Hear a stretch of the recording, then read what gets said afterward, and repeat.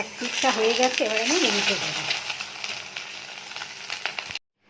ডিমের পোচগুলো করে নিয়েছি, দেখতে কত সুন্দর লাগছে।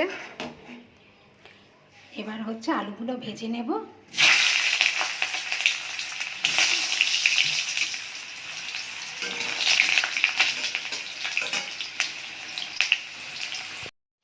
এবার মিক্সিং জারে আমি পেঁয়াজ, আদা, রসুন, কাঁচা লঙ্কা এগুলো আমি বেটে নিয়ে আসবো।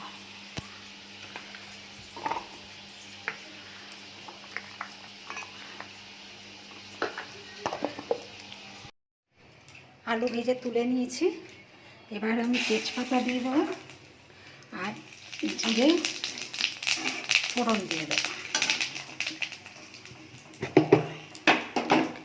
আর যে মশলাটা করেছি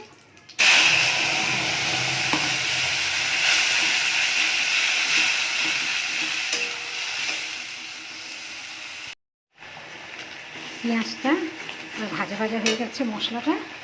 এবার হচ্ছে এর মধ্যে হলুদ, কাশ্মীরি লঙ্কা, আদা, জিরে, ধনে, গরম মশলা, নুন দিয়ে দিচ্ছি।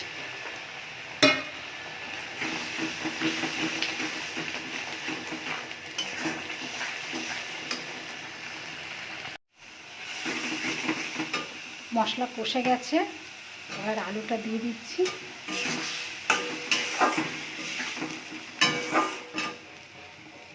এবার জল দিয়ে দিচ্ছি।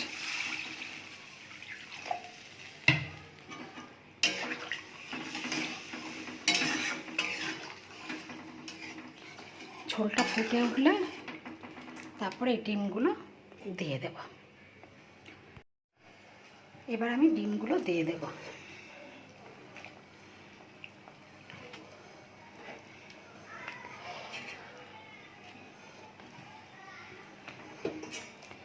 একটু মাখা মাখা হবে।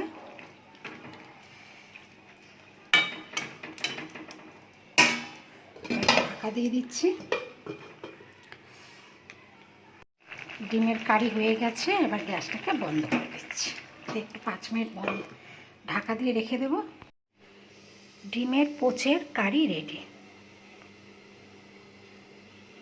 ডিম তো একঘেয়ে হয়ে যায়, এরকম করে খেলে খুব ভালো লাগবে।